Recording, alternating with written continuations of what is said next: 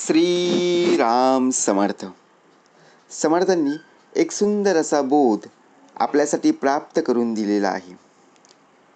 तुमचं वय कितीही असू दे, आयुष्यात बघा उत्तम प्रकारे सुखी राहण्यासाठी काही गोष्टी असतात, काही कर्तव्य असतात, त्यांचं पालन आपल्याला करता आलं पाहिजे.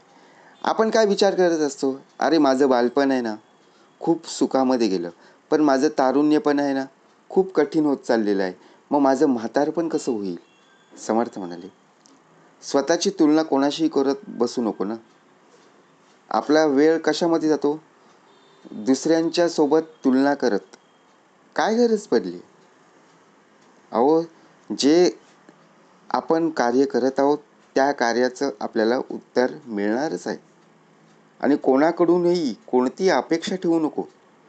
आपला दिवस कशामध्ये जातो माहिती आहे, सर्वात महत्त्वाचं म्हणजे आपण लोकांवर अवलंबून राहत असतो. लोकांकडून आपल्या खूप काही अपेक्षा असतात. कारण काय असतं, आपण जर कोणाकडून अपेक्षा ठेवत बसलो आणि ती अपेक्षा आपली पूर्ण झाली नाही,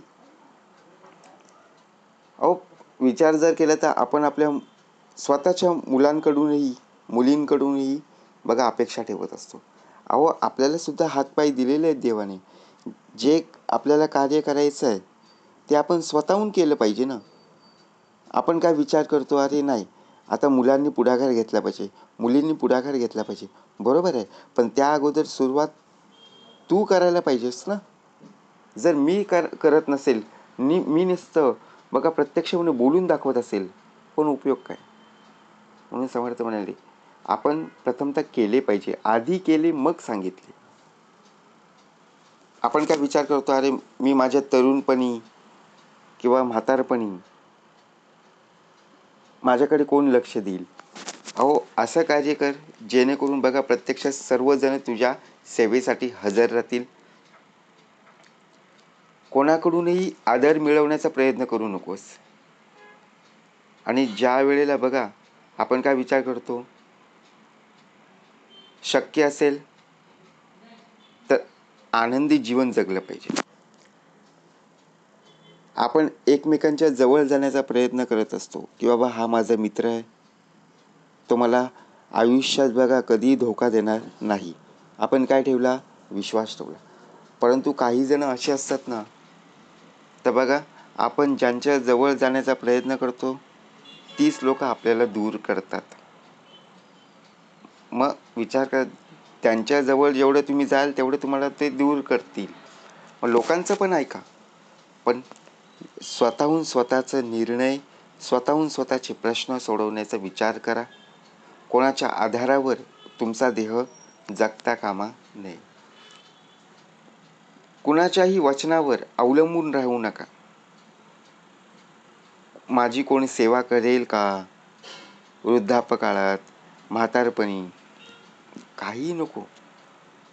ठेविले अनंत तैसेची राहावे, चित्ती असू द्यावे समाधान. कारण काय आहे, काळ बदलला की बघा आपोआप वेळ बदलली जात असते. आपण काय विचार करतो, अरे नाहीये मी जेव्हा म्हातारा होईन ना तेव्हा माझी मुलं, माझ्या मुली, माझी सुना, माझे नातवंड माझ्याकडे पाहतील, माझा सांभाळ करतील. परंतु आपण आत्ताच या क्षणाला जर आपण पाहायला गेलो, आपण कोणाचाही आदर करत नाहीये. घरातल्या आलेल्या पाहुण्यांना बघा आपण मान सन्मान देत नाहीये. मग आपली होणारी पुढची पिढी बघा जसे आपण बी पेराल तसंच उगवणार की नाही.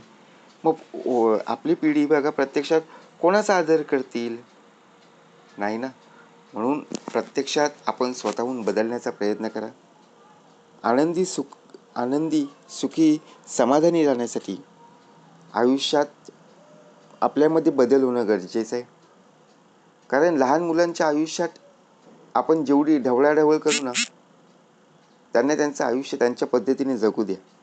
कारण काय असतं, आपलं बालपण आपण स्वतःहून पाहिलेलं असतं आणि आपण जसे वागत असायचो तसं आपण आपल्या मुलांना, आपल्या मुलींना सांगत बसतो की नाही. परंतु आताची पिढी जी आहे ना समर्थ म्हणाले कलियुग आहे. बरोबर. आपण जर सांगायला गेलो तर त्या मुलांना काही पटतं, काही पटत नाही आहे. बरोबर ना. म्हणून समर्थ म्हणाले काळ बदलला आहे हो, वेळ बदलत चाललेली आहे. म्हणून प्रत्यक्षात आपण जर विचार केला, आपण आपलं आयुष्य चांगल्या पद्धतीने जगलं पाहिजे. आपला जो बॅलेन्स असेल ना, तो आपल्याजवळच ठेवणं गरजेचं आहे. लोकांना सांगून उपयोगाचं नाही आहे. माझ्याजवळ एवढा पैसा आहे, माझ्याजवळ एवढी प्रॉपर्टी आहे, माझ्याजवळ एवढा बँक बॅलन्स आहे. काहीही कोण उपयोगी पडणार नाही. तुझ्याजवळ पैसा आहे, तुझ्याजवळ लोक काम करायला येतील. तुझ्याजवळ पैसा नाही आहे, तुला पाहणार सुद्धा नाही आहेत. आत्ताची या बघा या काळातली परिस्थिती प्रत्यक्षात जर पाहायला गेलो तर मग आता आपल्याला जगायचं कसं?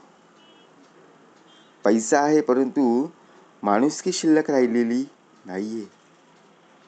म्हणून स्वतःचा बँक बॅलन्स आपल्याजवळ असणं गरजेचं आहे. कुठला बँक बॅलन्स?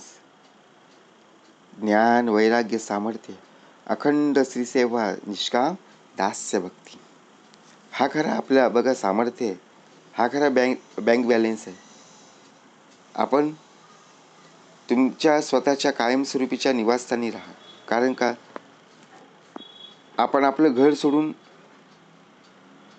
दुसरीकडे जात असतो तेव्हा आपल्याला त्या घराची आठवण येते की नाही? आपल्या काही जुन्या आठवणी असतात की नाही? मग तिथे जाण्याचा प्रयत्न करा. तुम्हाला जिथे आनंद वाटतोय, जिथे तुम्हाला सुख समाधानी वाटतंय तिथे जा ना. आपल्याला सुखीच राहायचं आहे ना. बरोबर की नाही? आपलं आयुष्य जोपर्यंत शाश्वतीचा नाही आहे, चिरंतन काळ टिकणारं नाही आहे. बरोबर की नाही? नाशिवंत देह आहे. आपल्याला जिथे तुम्हाला आनंद पाहायला मिळत असेल तिथे त्या ठिकाणी नक्की गेलं पाहिजे आणि तिथे जीवनाचा आनंदसुद्धा घेता आला पाहिजे. आणि सर्वात महत्त्वाचं म्हणजे बालपण असो, तारुण्यपण असो, म्हातारपण असो, स्वतःच्या तब्येतीची काळजी घ्या. तुमच्या दुःखाकडे फारसं लक्ष देऊ नका की माझ्याच बाबतीत असं का घडतंय. बरोबर की नाही? का माझ्या वाटेला दुःख आलेली आहेत. वयाबरोबर लहान मोठे बघा शारीरिक त्राससुद्धा होत असतात.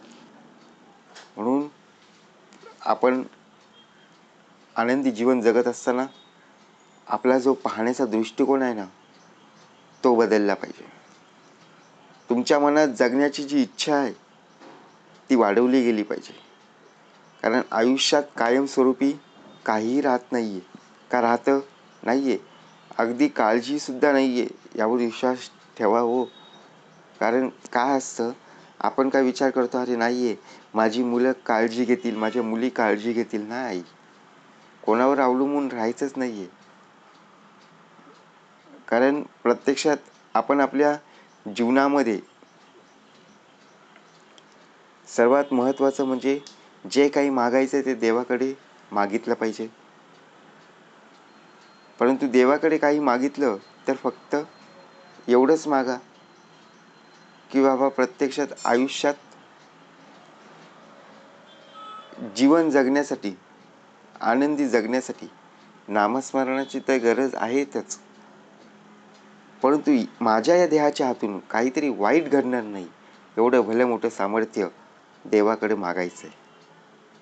म्हणून कोणत्याही प्रकारचा संघर्ष असो किंवा तणाव असो, परंतु जीवन जगत असताना त्या संघर्षाच्या वाटेवर आपल्याला पाऊल टाकून पुढे जायचं आहे. काही कर्तव्य असतात, काही जबाबदारी असतात, त्या पार पाडल्या पाहिजेत. जोपर्यंत तुम्ही स्वतःसाठी जगू शकत नाही तोपर्यंत बघा प्रत्यक्षात कितीही कार्य केलं तरी तुमचं नाव रोशन होणार नाही. म्हणून कार्य करायचं आहे ना, तर बघा सुखी राहण्यासाठी आपण काय करत असतो? मेहनत करत असतो, प्रयत्न करत असतो, जीवाचं रान करत असतो. हा शब्द आठवता आठवता बघा प्रत्यक्षात विचार करायचो, परंतु आता आठवलं. जीवन बदलायचं आहे. समर्थ म्हणाले, ज्याप्रमाणे आपण विचार करत गेलो की माझं बालपण उत्तमाचं गेलं, आता तरुण पण चालू आहे, म्हातारपणी कसं होईल, काही काळजी करू नकोस.